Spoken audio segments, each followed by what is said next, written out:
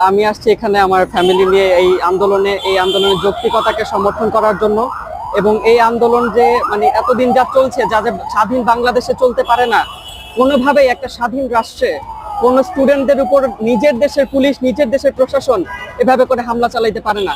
আমার মনে হয় বাংলাদেশই একমাত্র দেশ যে দেশে পুলিশ প্রশাসন নিজের দেশের শিক্ষার্থীদের উপর এভাবে হামলা চালাচ্ছে। এবং অসংখ্য স্টুডেন্ট অলরেডি তারা মেরে ফেলছে, অসংখ্য পঙ্গু অবস্থায় আছে, মানে নৃশংস একটা অবস্থা। তো জয়ের বাংলা তো ভয়ের বাংলা কেন হবে আমার এটা জানা নাই। এই ভয় পাওয়ার জন্য তো আমাদের বাংলাদেশ স্বাধীন হয় নাই, 30 লক্ষ শহীদ, 2 লাখ মা বোন এভাবে জীবন দেয় নাই। তো এই আন্দোলনের যে যৌক্তিকতা আছে সেটাকে সমর্থন করার জন্য আমি আসছি আমার ফ্যামিলি নিয়ে। এবং যতদিন না পর্যন্ত ছাত্রদের যে 9 দফা দাবি এবং এই গণহত্যার যতদিন না বিচার হচ্ছে ততদিন পর্যন্ত ইনশাল্লাহ এই আন্দোলন চলবে। এবং আমি আমার পুরো পরিবার নিয়ে এই আন্দোলনে থাকার চেষ্টা করবো ইনশাল্লাহ। আমি, আমার মা, আমার বোন।